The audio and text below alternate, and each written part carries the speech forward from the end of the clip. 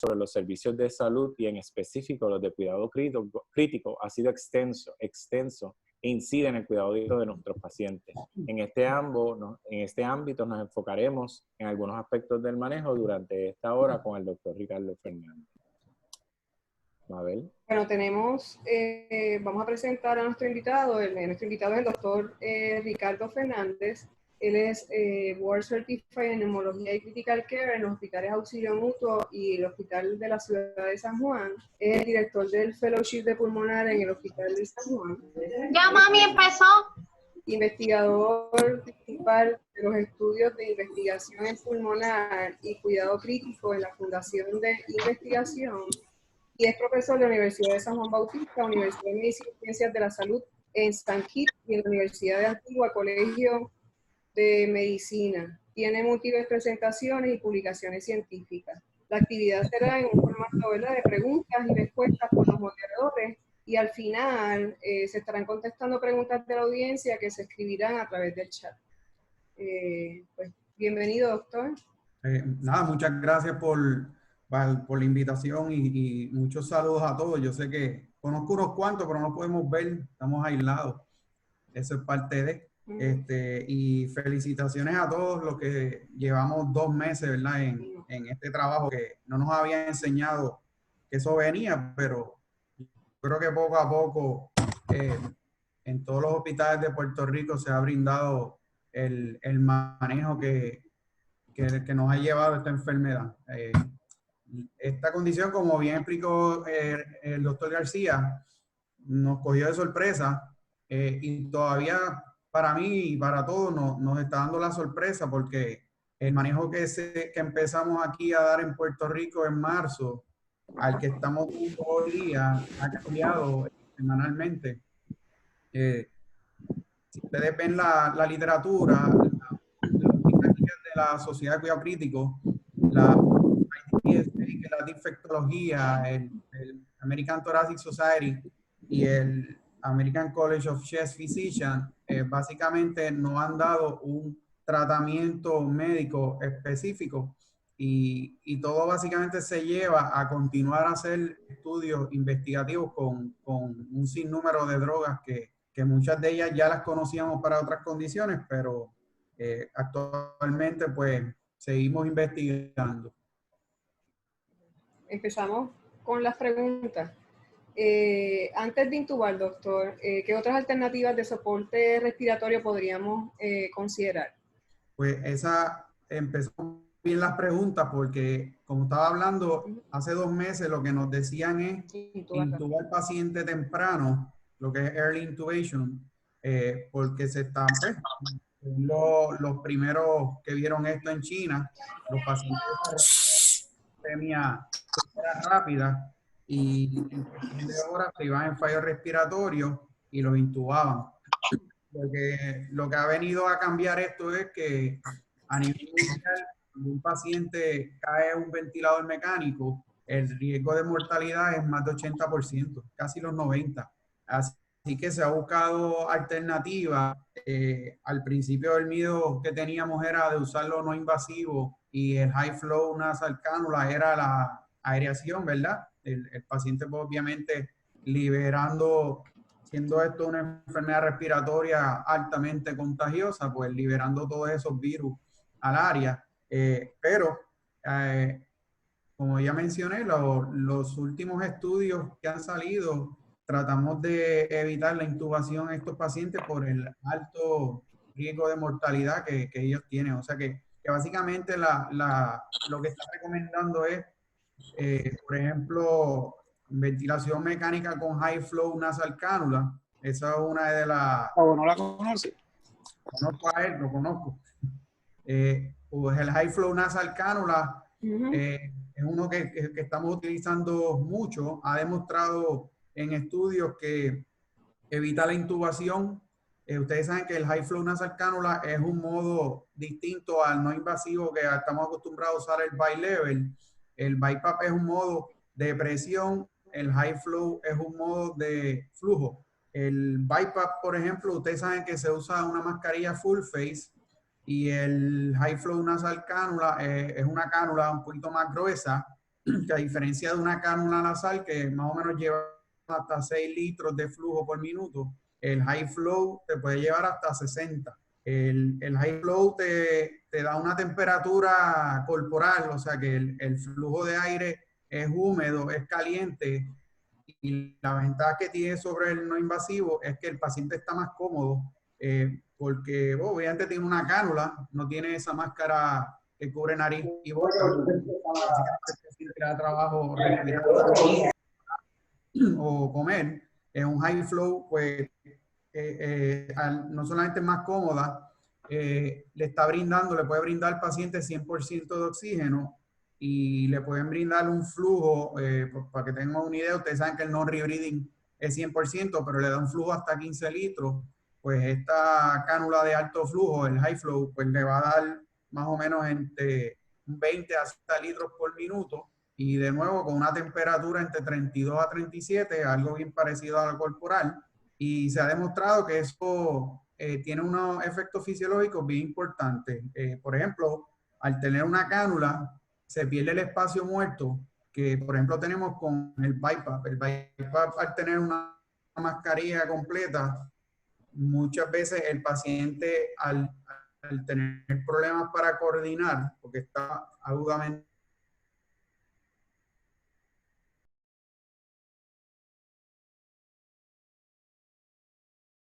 en cierto modo, aumentando el espacio muerto. Eso no lo tenemos con la cánula nasal, porque al ¿verdad? Tener menos área cubriendo la cara, pues se mantiene el flujo en la nariz y damos el oxígeno, el delivery del oxígeno va a ser mejor. Otra de las cosas es que el flujo con esa, vuelve con esa temperatura, no perdemos la función de las células ciliadas del pulmón, por lo tanto el manejo de secreciones es óptimo, es mejor que con un no invasivo, con el BiPAP.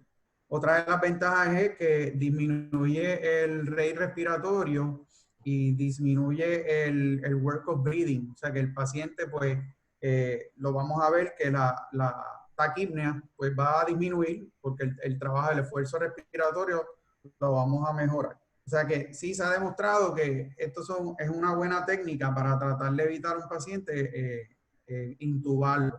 Definitivamente todos ustedes están claros de que cuando un paciente lo estamos viendo que está respirando más de 30, que está desaturando, que está inestable, pues definitivamente tampoco podemos retrasar la intubación mecánica. Pero de nuevo, esta ha sido una alternativa que ha tenido muy buenos resultados. Okay. Yo he visto también fotos, he visto fotos y también me comentó un médico, yo creo que eso fue al principio, antes de High Flow, se colocaban una cánula y encima un non-rebreathing. Un rebreathing más. Lo llegué a usar, pero lo cambié rapidito a un High Flow. Obviamente con una cánula, pues como yo mencioné, le estamos dando 6 litros y un non-rebreathing le estoy dando 15, pero la temperatura y la humedad de un non-rebreathing y una cánula es la misma. Pero obviamente el high flow no lo tiene todo el mundo. Eso es una alternativa. Ahora, hay que recordar, ¿verdad?, que la cánula y no rebreathing no tiene unos efectos fisiológicos en cuanto a mejorar el trabajo de la respiración, el work of breathing y la taquipnea. Es simplemente oxígeno con flujo. Obviamente, high flow es una manera de ventilación mecánica no invasiva, que también, pues, como yo les mencioné, tiene unos efectos fisiológicos, mejorando el work of breathing. Okay.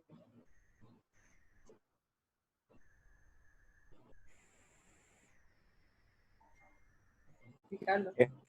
En las guías, Sí. ¿me escuchan, verdad? Sí. Ok. En las guías también mencionaba en un momento la ventilación no invasiva, no high flow. ¿Utilizarías el BiPAP en alguna circunstancia en particular? Sí, ese es muy interesante porque uno piensa que es parecido, pero de nuevo el BiPAP usa una presión específica. Ustedes saben que yo puedo empezar a alguien un bi-level, qué sé yo, 20 de inspiración, 14 de exhalación, y eso me da una presión fija. En un high flow no es por presión, es por flujo. O sea que la presión va a variar y así le estamos dando un break a esos compliance de esos pulmones a que mejoren en un sentido. en el 2015 se publicó un artículo bien impactante comparando high flow versus el BiPAP. El BiPAP, ustedes saben que llevamos usando los años, nos ayuda a demostrar que mejora la mortalidad en pacientes y pacientes que tienen COPD con fallo hipercámnico, además de enfermedades neuromusculares agudas. Pero hay muchos estudios que han demostrado que el BiPAP o el no invasivo, en un ARDS, por ejemplo, que es una de las fisiologías del COVID, aumenta la mortalidad y el retrasar la intubación por un bilevel, pues aumenta la mortalidad. Y es por eso que uno trataría mejor de usar un high flow nasal cannula. Pues en ese estudio del 2015 se compararon ambos y la mortalidad fue más en pacientes con fallo respiratorio agudo hipoxémico, entiendas un ARDS, y los pacientes con high flow les fue mejor. El riesgo de intubación fue menor, aunque fue estadísticamente no significativo, pero la mortalidad a 28 y 90 días fue menor. O sea que es un estudio bien pilar, importante, que ha llevado a muchos, ¿verdad?, de los que empezaron a tratar esto primero que nosotros, a utilizar. Que un no invasivo sería una alternativa, pero tendríamos que en media hora a una hora decidir si el paciente le vino bien o no, porque retrasar la intubación pues podría aumentar la mortalidad. En esa misma línea, entonces, si yo estoy tratando de decidir si le voy a poner el no invasivo, sea el high flow, o lo quieres decidir si lo voy a entubar, basado en que esto fue cambiando, ¿verdad? De entubarlo temprano a un poquito más tarde, ¿qué criterios le podemos decir a la audiencia que usamos de entrada? Decir, no, este definitivamente no le voy a dar el trial, este se ganó el tubo. Sí, eso es bien clínico. Ustedes saben que pues, los libros te dicen, pues, si está respirando más de 30, está saturando menos de 92, el paciente tiene hipotensión, está en vasopresores. Eso probablemente el paciente está demasiado enfermo y vamos a tener que entrar a la intubación. Y muchas veces ustedes lo ven clínicamente. El paciente tiene cambios mentales, probablemente no va a coordinar con un high flow o con uno invasivo, un bilevel. Ese paciente probablemente no va a poder tolerar eso y hay que intubarlo rápido. Hemodinámicamente inestable, ¿verdad? Que estén vasopresores. Más bien la clínica, rápido, desaturando, y cambios mentales son una de las cosas que definitivamente hay que intubarlo porque no. El paciente, ustedes saben que las medidas no invasivas tiene que coordinar con nosotros, tiene que seguir instrucciones bien para poder tener una buena ventilación. Y una vez entonces ya intubado, ¿qué estrategias ventilatorias utilizamos? Pues, ustedes ya conocen, ¿verdad? El ARSNet que se publicó en el 2001. Fue un modo de ventilación que nos dimos cuenta que cuando le damos volúmenes, yo estoy hablando de adultos, ¿verdad, Ricardo? Tú me perdonas, de pediatría no sé nada. Es adulto. No, estamos enfocados en adultos, tranquilo, lo sé. En niño yo te llamo. El ARSNet, pues ustedes saben que demostró disminución en mortalidad, días en ventilador, días intensivos, y lo que estamos haciendo es que básicamente ventilamos el paciente con lo que se llama long protected ventilation, usando entre 4 y 8 mililitros por kilo del ideal body weight. Así que vamos a usar unos volúmenes bajitos para tratar de evitar la sobredistensión de los alveolos que pueda causar pues lo que ustedes conocen como trauma y el VILD, ¿verdad? El Ventilator Induced Lung Injury. Ustedes saben que si yo sobredistiendo los pulmones, pues puedo causar unos daños al epitelio, libero más sustancias citoquinas que pueda causar pues más inflamación y más destrucción al pulmón. El pulmón de un paciente con ARDS, ustedes saben que está rígido, no se expande muy bien, así que tengo que tratar de darle volúmenes bajitos y a la misma vez tratar de, lo usamos lo que se llama el open lung, dándole un PIP suficiente para poder oxigenar y mantener esos alveolos a la misma vez expandidos. O sea que es una técnica que nosotros estamos utilizando hace varios años, ¿verdad? Para evitar las complicaciones de un ventilador. Volúmenes bajitos, PIB alto y estar midiendo constantemente los compliance del ventilador de los pulmones.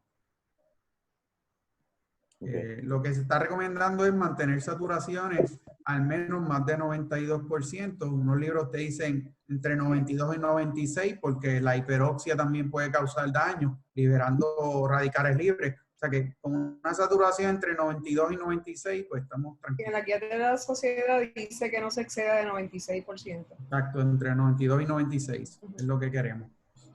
Gracias. Okay. Por favor, en mute los micrófonos, por favor. Sí.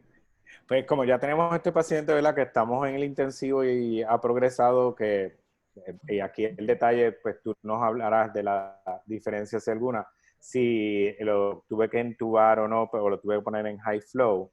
¿Qué alternativas terapéuticas que sabemos que han cambiado desde que comenzó la pandemia? Esto, como mencionaste, no hay ningún tratamiento estandarizado aún, pero hemos hablado o ha salido a relucir el Redemsivir, los esteroides, el Plaquenil, el plasma convaleciente y los inhibidores de interleuquina 6. ¿Qué nos puedes comentar al respecto de lo que ustedes están usando, ¿verdad? En tu experiencia, ya sea, ¿verdad? Lo que dice la literatura, más la experiencia que tú y otros colegas han tenido. Pues nosotros, yo aproximadamente he manejado, más tasado, 15, 20 pacientes con COVID.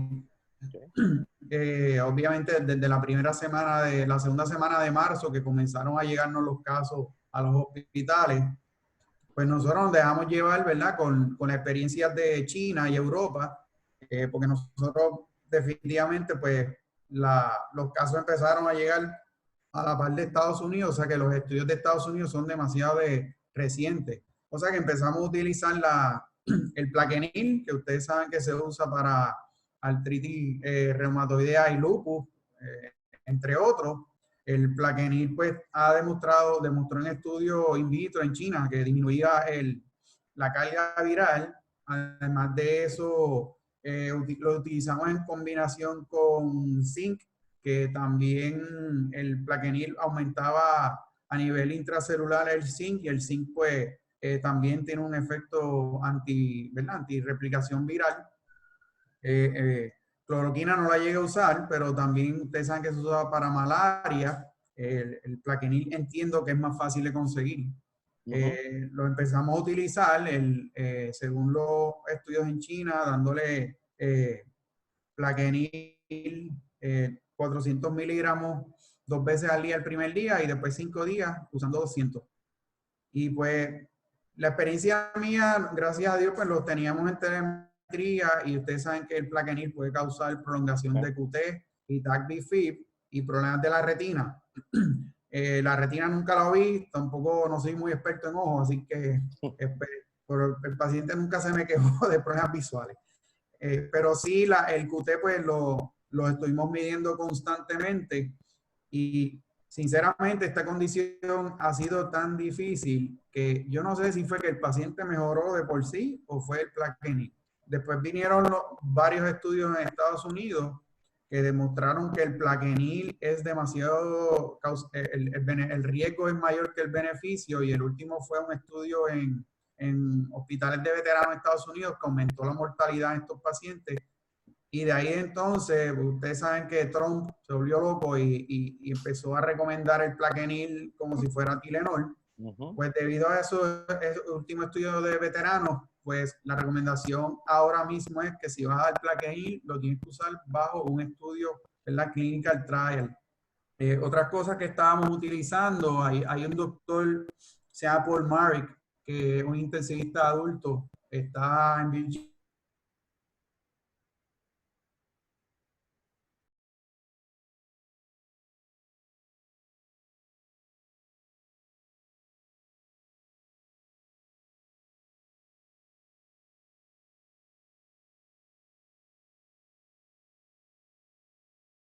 Efecto antioxidante, pero de nuevo la vitamina C no le va a hacer daño, pero es controversial. O sea que ahora mismo pues La sigo utilizando, pero no las dosis que utilizó el doctor Marik. He visto estudios dando 4 gramos cada 12 horas o 2 gramos cada 12 horas, entre 4 y 8, y pues han sido efectivos.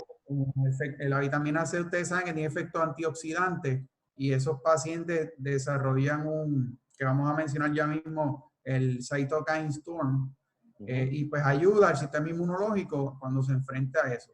Pero de nuevo, vitamina C, zinc, plaquenil, bajo clinical trials. Entró también el ivermectin, que es otro medicamento que in vitro ha demostrado inhibe la replicación viral en pacientes. Se ha estudiado en ébola y en otros estudios, en otros pacientes que tuvieron el SARS y el MERS, que ustedes saben que es otro coronavirus que tuvieron allá en China hace como 20 años. Y el MERS Sí, Shani, por favor, ponga atención. está investigando para ébola y tiene efectos antivirales. Yo en lo personal no lo utilicé, pero tuve colegas en San Germán que lo utilizaron, y en UDH entiendo que se lo dieron a un paciente y tuvieron buenos resultados. Pero volvemos a lo mismo, eso está todo en clinical trial. Sé que en la Universidad de Texas ahora mismo están haciendo un trial de ivermectin, así que de nuevo, si lo vamos a dar, tiene que ser bajo un clinical trial. Entramos al tocilizumab, el Actemra. El Actemra es un medicamento que lleva años también, lo usan los reumas para artritis reumatoidea, y los hematólogos oncólogos lo utilizan para pacientes que tienen un cytokine storm, que es un aumento de la interleuquina 6, que ustedes saben que es una citoquina proinflamatoria, y lo utilizan los oncólogos para linfomas o leucemia, ¿verdad? Cuando están dando el tratamiento, el sistema inflamatorio está aceleradísimo, y entonces pues utilizan el Actemra para eso. Lo personal lo usé 3 veces, una dosis de hasta 800 miligramos. No se puede dar según los estudios en China y en Europa, una diferencia de no menos máximo de 3 dosis. Y lo usé en 2 pacientes que estaban críticamente enfermos, que tenían un PO2 de FIO2 menos de 300, cambio de ground glass, que podemos hablar ahorita de que es lo más típico de los pacientes con COVID, y tenían marcadores de inflamación como el LDH, ferritina, la C-reactive protein, entre otros. Pues vi en 4 o 5 días que esos marcadores bajaron significativamente, y la clínica del paciente pues mejoró. Pero de nuevo, esta droga pues para los pacientes de COVID sigue también en investigación. También se recomienda bajo estudios clinical trials. O sea que esos son básicamente las drogas más utilizadas. Recientemente llegó el Remdesivir.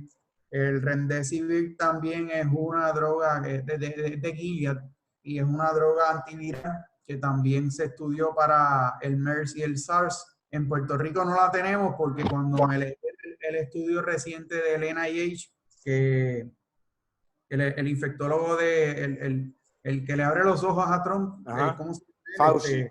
Fauci. Pues básicamente él es infectólogo, y notó, ¿verdad?, como que algo receptivo, por fin una posible droga que sea efectiva. Ese estudio salió recientemente, un estudio de alrededor de 1,060 y pico de pacientes que tenían el COVID moderado a severo, o sea que tenían muchos marcadores inflamatorios altos, hipoxemia, y demostró que 31% de los pacientes tenían una mejoría en 11 días versus placebo, que fue 16. Esto fue significativo. Y entonces pues empezamos a ver, ¿verdad? Por fin tenemos una droga antiviral que pueda ayudar, pero la semana pasada salió en el Lancet un estudio de 400 y pico de pacientes usando Remdesivir también, ambos lo usaron por 10 días y no hubo diferencia en mejoría. Y ninguno de los dos hubo diferencia en mortalidad. Así que, de nuevo, es una droga que también está bajo investigación. En Puerto Rico no la hay. Yo, en lo personal, con varios colegas, llamamos a la gente de Gilead para ver si podían traer esa droga para acá y hacer estudios de investigación. Así que vamos a ver qué pasa. Y entiendo que, bueno, y se habla del plasma. El plasma, en lo personal, lo he dado en dos pacientes. El plasma, ustedes saben que en las personas que ya recuperaron, que tengan anticuerpos, que por lo menos estén 28 días corridos asintomáticos o estén 14 días después del último PCR negativo asintomático, pues es un paciente que puede donar, que es lo que estamos tratando, ¿verdad? De que mucha gente trate de donar plasma. El primero que básicamente en el municipal lo dimos, el paciente pues, el problema es que pues, el paciente tiene complicaciones de ARDS y todavía me ha dado trabajo con muchas cosas. El otro paciente que se le dio un auxilio mutuo se pudo extubar y está de lo más bien. Así que mi experiencia han sido 2 pacientes. Entiendo que hay otros colegas que también están en esa. Es un estudio que sé que hay varios hematólogos oncólogos que son los que han cogido la batuta en eso, y es un estudio en coordinación con Mayo Clinic. O sea que esperemos que a medida que mucha gente se recupere de esto y empiece a donar plasma, pues sea una alternativa. Obviamente esto sería dándole anticuerpos al paciente para tratar de bajar la carga viral. Ok. A ver. Y una preguntita, en términos de la anticoagulación que se administra como profilaxis, ¿lo están utilizando? Pues yo empecé, obviamente yo como adulto, pues todo paciente que tiene más de 40 años y la expectativa de hospitalización es más de 3 días, no tiene una contraindicación para darle DBT profilaxis, con lo más que usamos es el low molecular weight, ¿verdad? Como los Venox. Pues siempre estamos dando profilaxis desde que llegó. Okay. El problema es que, como muchos le dicen, el virus es un camaleón, cambia de color cuando le da la gana. Pues se han demostrado en estudios recientes que esta enfermedad no solamente afecta la vía respiratoria, sino que también causa microtrombos. Y por eso es que se está viendo en muchos pacientes strokes, infartos renales, embolias pulmonares. Así que muchos de los que están envueltos en clinical trials empezaron a dar anticoagulación full a los pacientes que están severamente enfermos e intensivos. Y yo en lo personal, pues sí, lo estoy utilizando, ¿verdad? Un paciente que tiene los criterios para estar en un intensivo, que está hemodinámicamente inestable, que está en ventilador, o está requiriendo oxígeno, suplemento de oxígeno alto, entiéndase no rebreathing o high flow, pues estamos anticoagulando full, o sea, dándole como si fuera una embolia pulmonar o un infarto, Lovenox, 1 miligramo por kilo cada 12 horas. O sea, porque se ha demostrado. He tenido colegas que también lo están dando. Se ha demostrado, ¿verdad? Ustedes conocen la condición de antifosfolipid syndrome. Ajá. Muchos de los marcadores de antifosfolipid syndrome se están viendo alterados o se están viendo de forma en laboratorio en estos pacientes de COVID. Y eso es una posible explicación. Este virus está alterando el sistema de coagulación y por eso vemos los D-dimers elevados y vemos los D-dimers elevados y vemos los anticardiolipidas y algunos marcadores como lupus anticoagulante y anticardiolipina positivos. Es bien interesante porque uno pensaría que esto es como un DIC, ¿verdad? Lo que vemos a cada rato en intensivo. Ustedes saben que empieza el paciente a sangrar, las plaquetas bajan, el PTT tiene R tan elevado y el fibrinogen está bajito. Y entonces uno dice, pues esto es un DIC pero usualmente ustedes saben que los DIC tienden a sangrar mucho. Los pacientes de COVID se están comportando distintos. Los pacientes de COVID pueden bajar las plaquetas, pero no te las van a bajar como un DIC a 20, a 30, 40. Te la bajan con 90, 100, etcétera. No tienden a sangrar mucho. Lo que tienden a hacer es estos microtrombos. Otra cosa que es verdad, que te elevan el D-dimer, que ambos el DIC y el COVID te lo elevan, pero el fibrinógeno, que ustedes saben que también los pacientes que están en DIC, lo vamos a ver, los split level está elevado, pero el fibrinógeno está bajito, y por eso a veces le damos a esta gente globulina. Pero los pacientes de COVID están teniendo los fibrinógenos normales o elevados, o sea que se comportan bien distintos a los DIC. Y esto pues predispone a formación de microtrombos, y por eso estamos dando anticoagulación completa, ¿verdad? Lo que se llama full anticoagulation, dando el Lovenox entre, por ejemplo, hay otra gente que está usando el drip de heparina, pero no, yo en lo personal no las torturo a la enfermera, no quiero darle un drip de heparina, tengo que estar midiendo el PTT cada 4 horas. Así que sí, estamos dando anticoagulación completa. ¿Yo o estamos bien? No, estamos bien. Es que, Shani, pusiste tu share your screen.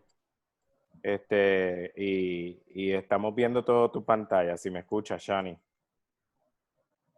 Ricardo, en esa línea de la anticoagulación, estaba mirando, hay un grupo en Chicago que está mirando este mismo efecto, estudiándolo, porque miraron que todos estos pacientes tienen los D-dimers elevados, Sí. y uno lo quiere usar como marcador de severidad, pero por lo menos los estudios preliminares, ellos aluden que comparado con Wuhan, la incidencia de por lo menos embolias pulmonares era de un 35 a un 40%, medias tardías, es decir, como del séptimo después del 10º día de hospitalización en los más severamente enfermos, pero la rutina de ellos no es profilaxis como en US. Exacto. Y ellos estaban tratando de correlacionar, porque ellos están haciendo lo que tú estás describiendo, utilizando, ¿verdad? Siendo bien agresivos en cuanto a asegurarse que los pacientes tengan profilaxis, porque sabemos que de por sí siempre los DBT le causan problemas a los pacientes, pero que interesantemente las embolias pulmonares las están viendo como en la segunda semana de la enfermedad, no en los primeros días. Sí. Y que los eventos trombóticos arteriales también los están viendo. Sí. Sí. Eso es una...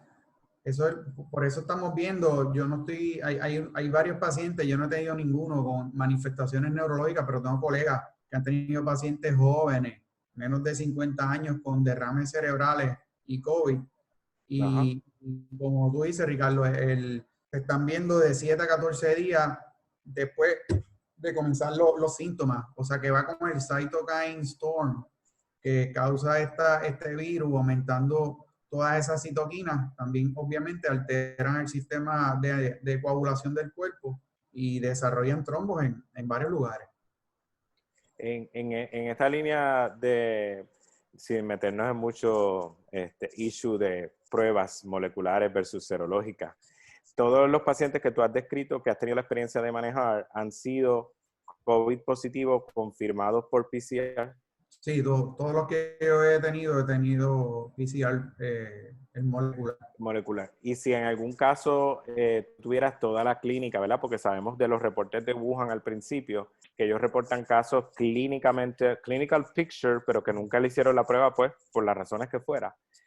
Si te diera la prueba negativa, pero el paciente siguiera con toda la sintomatología que tú entiendes que no tienes otra explicación, ¿recomendarías que repitieran la prueba? Sí, se supone, ¿verdad? Que si uno tiene la duda, repita la prueba. Ustedes saben que es la nasofaringia. No sé si ustedes se la han hecho, pero es incomodísima. Tiene un 30% de que se equivoca. Por eso es que se recomienda repetirla. Hay trials de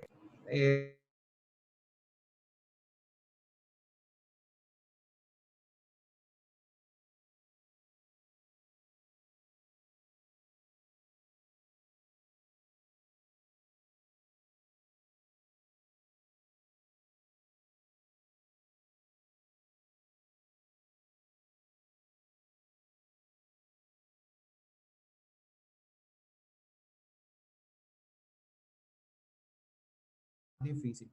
Así que al nosotros pronar el paciente, los otros días estaba hablando con otras personas de lo que hacemos en Puerto Rico, porque que yo sepa no está la máquina rotopron, la que vira uno para atrás, para arriba y para atrás. Eso vale, entiendo, como $20,000. Así que por ahora no. Pero sí estamos utilizando una especie de lo que hacemos, que son los rolls, que cogemos las bolsas de salina y le embollamos con toalla y hacemos unos rollos. Los rollos los ponemos en el tórax y otro en la cadera. O sea, cuando viremos el paciente, el corazón se va a acostar en el esternón y va a quitar esa compresión del lado izquierdo del pulmón, y las vísceras pues van a quedar suspendidas y así evitamos ese problema que está causando esa compresión. Y por último, se sabe que al pronar al paciente, la perfusión, o sea, la distribución de la sangre a nivel capilar y la ventilación a nivel alveolar se va a volver más homogénea. O sea, se va a distribuir mejor la sangre y el aire a nivel pulmonar, y lo pronamos, lo hacemos más homogéneo, por ende estamos reclutando más alvéolos y estamos mejorando así la oxigenación del paciente. Y esos estudios han demostrado que han disminuido la mortalidad. Ahora es bien importante en qué paciente vamos a pronar, porque no es a todos. La pronación es un paciente que tenemos por definición el PO2-FiO2 ratio menos de 150. Ustedes saben que el ARDS, pues empezamos en 300, si es leve, menos de 200 moderado y menos de 100 severo. Pues los estudios que demostraron, que yo les mencioné en los 2000 y recientemente, pues los pacientes que tienen el PO2, ¿verdad? En los gases arteriales, el resultado del oxígeno sobre la fracción inspirada, el FiO2 que le estamos dando al paciente, y si es menos de 150, pues ahí podríamos utilizarlo. Siempre y cuando la ventilación convencional no nos está ayudando. O sea, que no es que todo paciente de COVID, de ARDS, ni todo lo viramos. ¿Verdad? Tratamos, sí, con la ventilación mecánica que hablamos ahorita, de volúmenes bajitos y PIP altos. Y si con todo y eso no podemos oxigenar bien al paciente, entonces nos vamos con la pronación. Lo recomendado es de 12 a 16 horas pronada y luego supina. Hay que tener precaución, ¿verdad? Con las áreas de presión también, ¿verdad? Sí, que quizás almohadas o algo más mullido sería quizás mejor. Sí, de hecho, se dice que el paciente, cuando uno lo acuesta, y es lo que hemos hecho, uno lo pone hacia, ¿verdad? Como inclinado, y el otro, uno hacia arriba y uno hacia abajo, y cada 2 horas los estemos rotando. Por eso es que una de las complicaciones de pronar es que podemos alterar el plexo braquial del brazo y la rama nerviosa del brazo. Así que tenemos que tener cuidado, y en la cabeza usualmente también pues utilizamos una almohada y rotamos el paciente cada 2 o 3 horas para evitar úlceras también que pueden causar. Tiene otra fuente de información hay unos videos que puso la Sociedad de Cuidado Crítico en la página de internet que demuestran muchos de estos puntos que son importantes a la hora de hacer el cuidado del paciente que está en posición prona. Sí. Hablando de los pacientes de cuando estaban en cánula nasal, ¿verdad? Una de las preguntas que pregunta uno de los intensivistas, el doctor Pennington, o que menciona, ¿ves? Que la visión, como mencionaste, es la clínica del paciente, y se empezó a decir que no porque estaba desaturado necesariamente había que entubar al paciente si el paciente no se veía mal, ¿verdad? Nosotros los intensivistas pediátricos, nosotros decimos de ejemplo que nosotros a veces tenemos un niño pequeño que se ve con una frecuencia respiratoria relativamente bien alta, pero el nene se ve contento, se ve bien, que sigue instrucciones, no se ve angustiado severamente, pues le toleramos una saturación más baja. Y también se ha hablado de que ese paciente tal vez le podemos decir, pues acuéstese boca abajo a ver si mejora, ¿verdad? Por la tolerancia de la hipoxia, que seamos más flexibles. Exacto. De acuerdo, y lo hemos hecho. De hecho, unos hospitales en Estados Unidos están estudiando y han hecho teniendo el paciente high flow nasal cánula y pronado, cosa que no podemos hacer con un bypass, ¿verdad? Ujú. Yo en lo personal he tenido, siempre le digo a los pacientes que están así, no rebreathing, acuéstate boca abajo un rato y ellos cooperan y como tú dices, tú los ves y hablan contigo de lo más bien y están saturando 89, 90 Bueno, y como desesperarlo, pues se recomendaba intubar, pero definitivamente no. La clínica vale más que los números. correcto. Sí. También aquí hay otra preguntita de que si Mabel me puede ayudar por ahí, que decía que si sabes, ¿verdad? Que un paciente que tuvo COVID por prueba serológica, que salió con los títulos como que ya le dio, que si él pudiera ir a donar plasma. Pero O no tuvo síntomas. no tuvo Tuvo síntomas. síntomas. Que tuvo síntomas. Sí, Bueno, pero nunca le tuvo, hicieron el PCR. Nunca tuvo un PCR. Nunca se hizo un PCR. Porque nunca no, estuvo se tan lo hizo, enfermo. pero dio negativo. Perdón, se lo hicieron, pero dio negativo. El PCR negativo y tuvo IgG e IgM positivo. Positivo, sí. Y luego dio IgM, creo que fue negativo. La que se supone que dure más, después dio negativo. Porque el gold standard sigue siendo el PCR.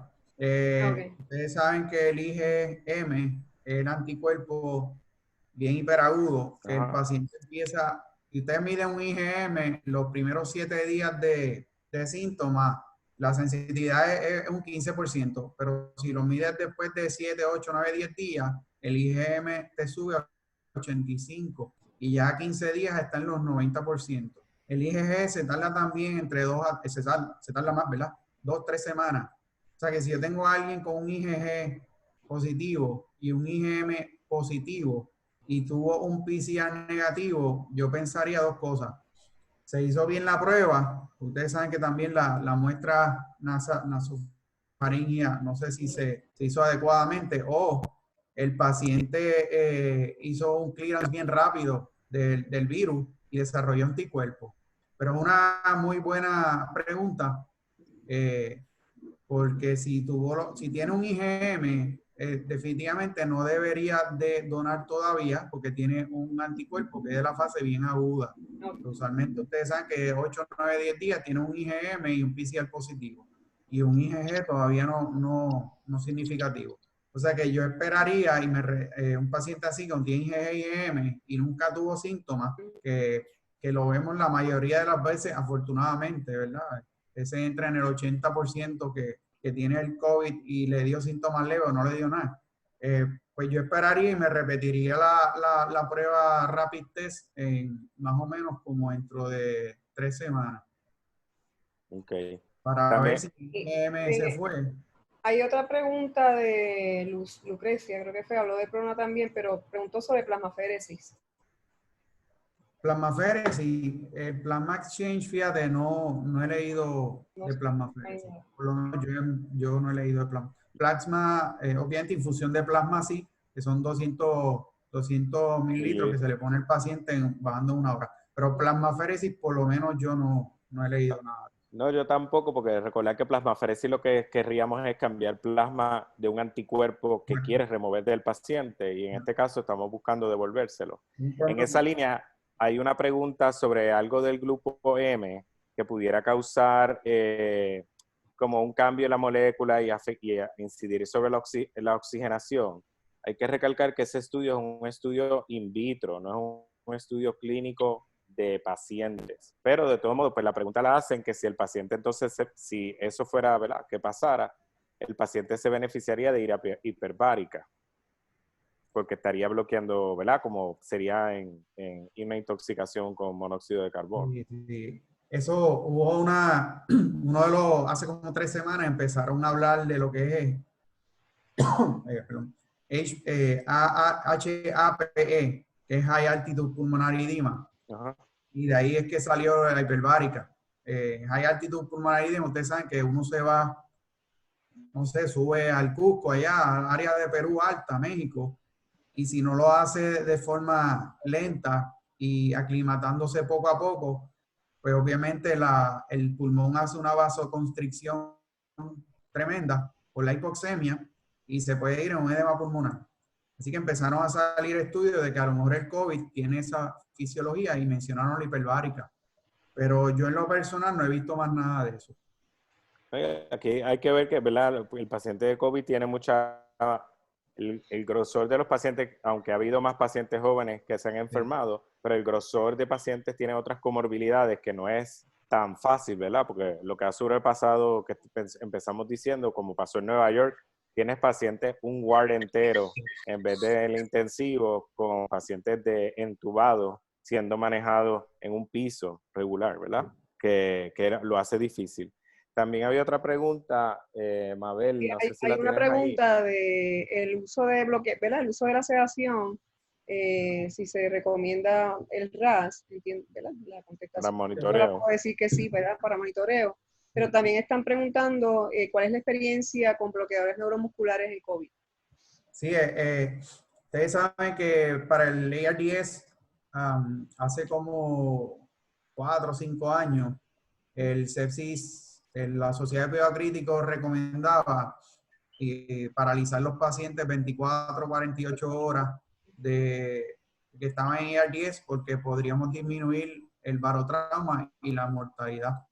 El año pasado, si no me equivoco, salió un estudio que se llama el ROSE Trial, que demostró que no hay ninguna diferencia ni beneficio si paralizamos al paciente con ARDS o no.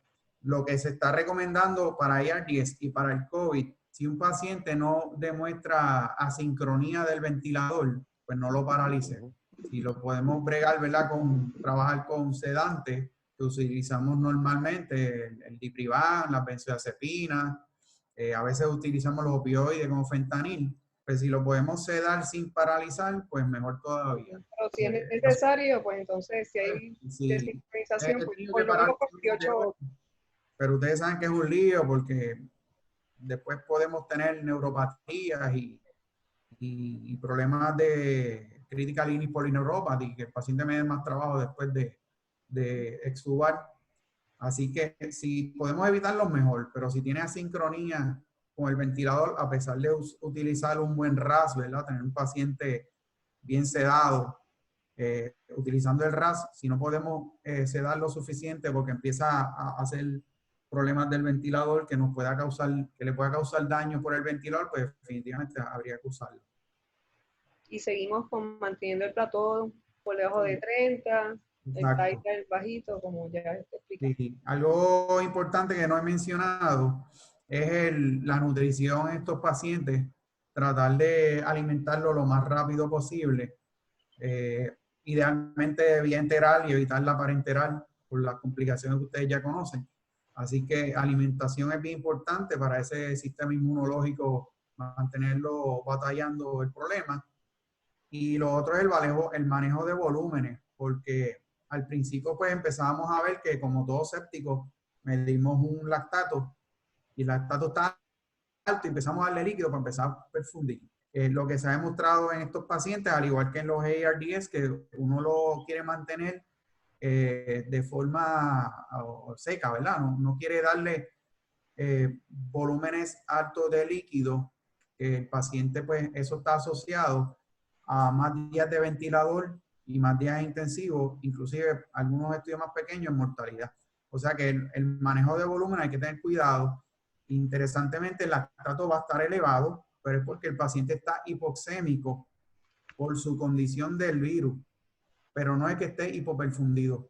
O sea, que no nos dejemos llevar tanto con el lactato como abran las guías de sepsis, de darle líquido hasta que el lactato me baje en 3 o 4 horas, etc. Sí, exacto. Hay que ser de manera conservadora. ¿Qué hacemos mucho, verdad? Pues obviamente tenemos ahora el sonograma y medimos la cava y si está pletórica, ¿verdad? Está gordita, pues ya sabemos que el volumen está bien, no le damos más líquido. En el caso, es una manera de verlo. En el caso de los que has logrado que se recuperaran, consecuencias respiratorias como necesidad de enviarlo al hogar con oxígeno o con que se han quedado con insuficiencia respiratoria. Sí, yo creo que, fíjate, he tenido los que hemos podido darle alta, El más reciente fue el viernes pasado, uno que vino con hipoxemia severa, aunque lo pudimos manejar con no rebreathing. Los pacientes se han ido sin oxígeno. Yo creo que todavía estamos muy temprano, ¿verdad? Para hacerle función pulmonar, para ver si hacerle CT de seguimiento, para ver si quedaron con cambios fibróticos. Eso yo entiendo que estamos temprano, pero sí, me imagino que muchos colegas tendrán la misma mentalidad de hacerle función pulmonar dentro de 4 a 6 meses o hacerle CT de seguimiento entre 2 meses. O sea que yo creo que todavía no estamos, por lo menos yo, en ese range de los 2 meses de ese problema severo respiratorio. ¿Y el uso de esteroides lo has usado de manera rutinaria en aquellos que parecen que están con la tormenta de citoquina, o lo usas en casi todo o en ninguno? Pues fíjate, los esteroides, ustedes saben que el Society of Critical Care no lo recomienda para la fase aguda, porque los pacientes de influenza que le dieron esteroides en fase aguda se morían más. Los pacientes de MERS y SARS en el pasado, porque como ya mencionado son de la familia del coronavirus, se morían más también y no había beneficio. Así que no se está recomendando ni el IDSA, Infectious Disease, ni la Sociedad de Cuidado Crítico están recomendando el uso de esteroides para la fase aguda. Yo he leído estudios dando dexametasona 7 días después del proceso, que es lo que están dando, ¿verdad? Para ARDS, antes de 14 días, entre 7 y 14 días, dar los esteroides. Y eso pues trataría de evitar esa fase fibrosante de ARDS. En la fase aguda sé que hay personas que están estudiando dar los esteroides en forma aguda, ¿verdad? Simplemente el paciente te llega 7 días de la exposición, 7 días después de la exposición, con síntomas, ahí darle los esteroides. Por ahora no es recomendado, pero sé que se está estudiando también. Y en alguno de esos casos que tuviste, ¿has tenido un paciente que ya estaba hospitalizado y le dio, qué sé yo, lo operaron de otra cosa o porque se operó de una emergencia y salió que era COVID positivo? Fíjate, no he tenido ninguno quirúrgico. Yo imagino que ahora que abrieron la cirugía, Nos va a llegar. te diré, pero todavía no he tenido ninguno. Sé que todo eso se aguantó por la exposición del personal, ¿verdad? En salas de operaciones, en recovery, etcétera. Pero también hay un estudio quirúrgico que los pacientes que se operaron y tenían COVID positivo, la mortalidad es un 30%, o sea que sigue siendo bien alta. Ahora, vamos a ver, ¿verdad? Sé que los cirujanos están trabajando duro, haciendo protocolos no sé si están, ¿verdad? Creo que van a empezar a hacerle PCR días antes al paciente o pruebas de anticuerpos y ya veremos. Esperemos que vamos a ver cómo nos va. Porque, sí, eso va a variar por hospital. Lo que entiendo es que en algunos lugares se va a hacer molecular y que 1 o 2 días antes se le va a hacer el PCR. Pero pues vamos a ver, como tú dices, la prueba no es infalible tampoco. Así que... Hay alguien que pregunta de cuál es el nombre del medicamento del trial que se administra 800 miligramos no más de 3 veces al día. Como no más de 3 veces. El Actenra. El Actenra, sí. El Actenra, miligramos por kilo. Ese es un anti-interleuquina 6 que se da para el cytokine storm en pacientes que tienen los criterios de severidad altos, ¿verdad? Que son los pacientes que tienen el PO2 ratio bajito, que están respirando rápido, que tienen muchos cambios a nivel pulmonar, ¿verdad? Muchos ground glass, las opacidades ground glass que se ven en estos pacientes, o que tienen ya evidencia de otros fallos de órganos. ¿Han tenido casos de COVID? Esta es otra pregunta. Creo que es de doctor Puy. ¿Te dio casos de COVID posquirúrgicos intubados y si los han podido extubar o han tenido mejoría? Bueno, dijiste que no has tenido posquirúrgicos. Yo en lo personal no he tenido pacientes posquirúrgicos. Me imagino que colegas sí, pero yo, por lo menos yo no. ¿Y casos de macrophage activating syndrome? El Macrophage Activating Syndrome es bien difícil de diagnosticar, ¿verdad? Porque habría que tener cómo medir eso. Y no sé si están tratando de hablar del tumor lysis syndrome o... No, es que yo creo que estamos hablando del cytokine storm, que también se parece, el macrophage activation syndrome. Lo que pasa es que eso se ve más, nosotros lo vemos más en pediatría. Cuando tú estás diagnosticando que piensas que le vas a dar el tocilizumab, o ¿verdad? Tiene el cytokine storm, ¿tú estás haciendo niveles de interleuquina 6, interleuquina 1 o estás simplemente usando la clínica? Sí, estamos usando la clínica. Okay. Sí, porque no sé si ustedes tienen la facilidad de tener un interleuquina 6, pero yo no. No, yo tampoco. No, solamente los 3 casos que yo le he dado, usamos la clínica. Siempre hubo la preocupación de si le da al paciente tuberculosis, ¿verdad? Porque esto es un anti-interleuquina, pero los papers que he leído que se ha utilizado, pues no han medido un PPD ni han medido un IGRA monotest.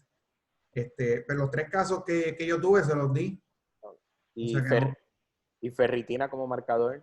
Ferritina es uno de los marcadores que utilizamos. Esos 3 pacientes, la ferritina estaban en los 4000.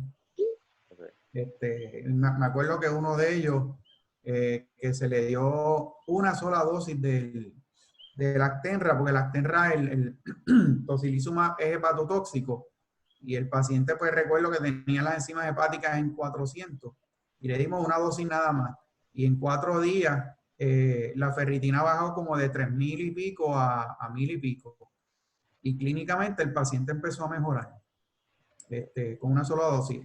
Otros pacientes le di las 3 dosis y siempre vimos una disminución en los niveles de ferritina.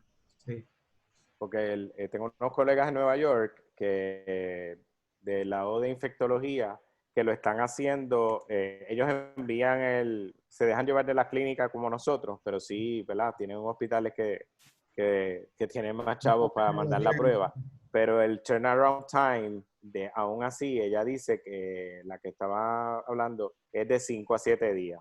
Y así que no, o sea, mandan el marcador y usan el medicamento y después confirman que definitivamente había que dárselo. Y por ahora también ha visto algo de prometedores resultados en esos escenarios. Sí. Pasa que estamos hablando de una terapia también súper costosa, que no es económica y que no necesariamente está disponible en todos los lugares. No sé si Maldonado a lo mejor me puede ayudar, pero creo que un tratamiento de Actenra de 3 dosis debe estar como en los 3000, ¿verdad, Maldonado?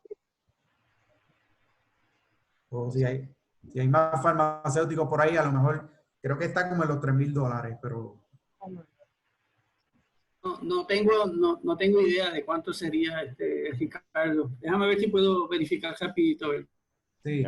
Mientras tanto, nos consigue la información, Juan, ¿cuáles han sido las complicaciones más comunes en los pacientes adultos? También preguntaron pediátrico y quizás Ricardo García puede también en adulto y pediátrico.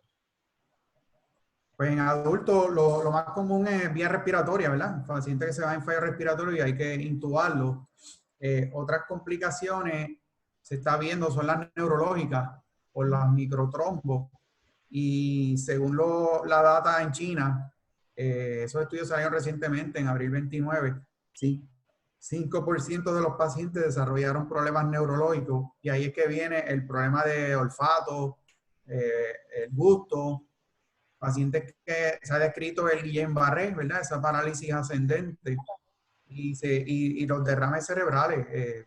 Yo no he visto ninguno, pero tengo colegas, ¿verdad? En el mismo hospital que yo trabajo que han tenido pacientes jóvenes con derrames cerebrales agudos bien malos. O sea que esos son las manifestaciones respiratorias, manifestaciones neurológicas. Interesantemente, la piel, yo no he tenido ninguno que he visto problemas en la piel y a lo mejor Ricardo me puede ayudar ahí porque los estudios que he leído se ven mucho en pediátricos y vemos esos microtrombos que causan lívido reticularis, causan como una, como si fuera el dengue, el rash del dengue, en extremidades, ya sea unilateral o bilateral, y pueden causar también vasculitis. Y vemos ese rash en las extremidades inferiores. Y lo que he leído mayormente ha sido en niños. No sé si Ricardo ahí me puede Sí, ayudar. no.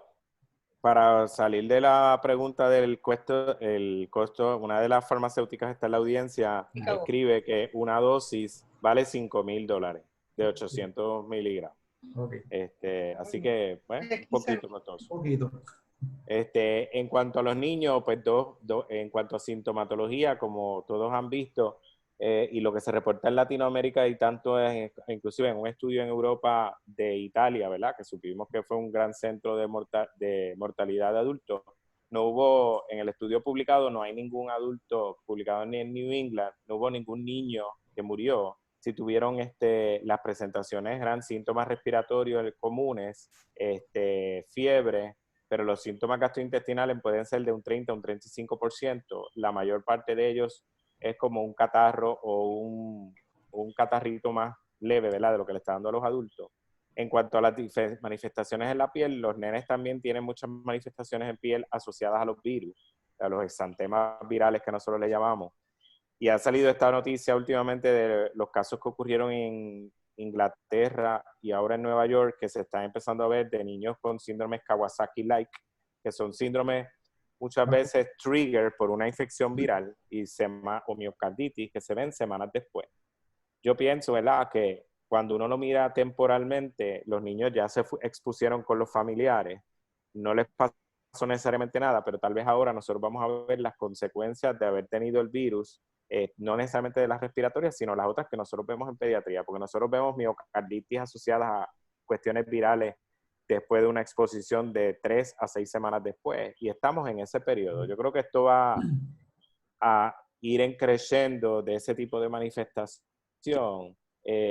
¿Por qué los nenes, verdad? Hay muchas teorías por qué los nenes no le da tan severo, pero una de las que más se sostiene es la exposición y el sistema, como tú dijiste, la respuesta innata inicial de los nenes se exponen más al tipo de coronavirus. Coronavirus puede causar un catarro común o diarreas, y los nenes son bien comunes en los primeros años que se pongan a esto. Los nenes más severamente enfermos descritos en la literatura son adolescentes adultos y los que tienen condiciones preexistentes como leucemia. Y este grupo que está en Nueva York, los más que ha tenido tienen obesidad, niños gorditos, como factor de riesgo. Que si alguno... había la pregunta de lo que estaba diciendo de Kawasaki. Hasta ahora no hay ninguno que haya salido positivo en Puerto Rico que haya tenido Kawasaki. Actualmente ningún niño en Puerto Rico, por otra de las preguntas, nosotros no hemos tenido en ninguno de los intensivos pediátricos en Puerto Rico un niño con COVID-19 confirmado. Todos han sido sospechas y todos han salido negativos. Hemos tenido pacientes con ERDS y con otros diagnósticos, pero no COVID-19. En ninguno de los pediátricos. Ninguno. No. Es intensivo. Y pregunta que les hago, si hay pediatras también en la audiencia. Pacientes pediátricos admitidos a guardia.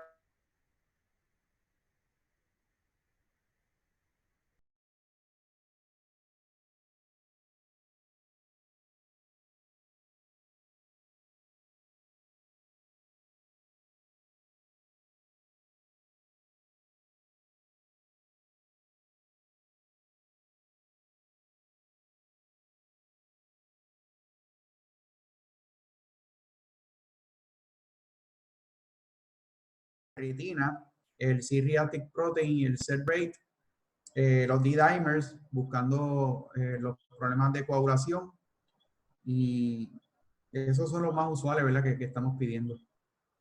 Ok. Como yo no veo más ninguna pregunta en el chat, queremos agradecerte, Ricardo, por tu tiempo. Obviamente sabemos que estás súper ocupado. A la audiencia por su participación. Le agradecemos que participaran. Si quieren escuchar más charlas como esta, escríbanos al correo electrónico con temas sugeridos para seguir hablando, ¿verdad? La pandemia del COVID-19 no creo que se va a ir muy pronto. Vamos a seguir con ella por un tiempo más. Como dijo Ricardo, vamos a ver cómo se comporta la población con la apertura del gobierno. Mabel o Joari, si querían decir algo más. Sí, yo lo que quiero decir es que esta grabación, se hizo una grabación y va a estar en nuestra Canal de YouTube. El canal de YouTube que está recientemente puesto ahí en YouTube. Y no sé Y si nos yo entrenamos en eso. Ajá. Nada, que nos sigan a través de todas nuestras plataformas digitales, que es lo que se ha convertido en el medio de comunicación en estos tiempos. Y agradecerle a todos los que han salido día a día a hacerle frente a esta pandemia que se quiere quedar, pero nosotros somos más fuertes que eso. Y ¿verdad? A todos, que yo sé que todos los que están en el chat son la primera línea, que por favor protéjanse. Yo sé que todos ustedes ya están entrenados en el Donnie and Así es. que ya las caras de nosotros parecen caretas. Yo he tratado de tomarme un café y a veces me lo voy a meter con la mascarilla. Ahorita me toca a veces tenía la mascarilla. Yo sé que todos ustedes, y más en la semana de enfermería, que ustedes básicamente, enfermeros, terapistas respiratorios, todos son, o sea, esto es un rompecabezas. Si uno de nosotros falla en ese grupo, el paciente se nos afecta y cualquiera de nosotros pues, se puede contaminar. Así que sigan con, ¿verdad? Con las precauciones que yo sé que todos ustedes saben. Y todos los profesionales, felicidades porque esta es la semana de ICU. Digo, el mes de ICU. La semana de enfermería. Y la semana de enfermería y el mes de ICU. Sí. Y el año de enfermería. Sí, muy bien. Bueno, pues muchas gracias a todos por participar. Y doctor, muchas gracias. Y sigan cuidándose. Bien. Bien. Bueno, nos vemos. Bye.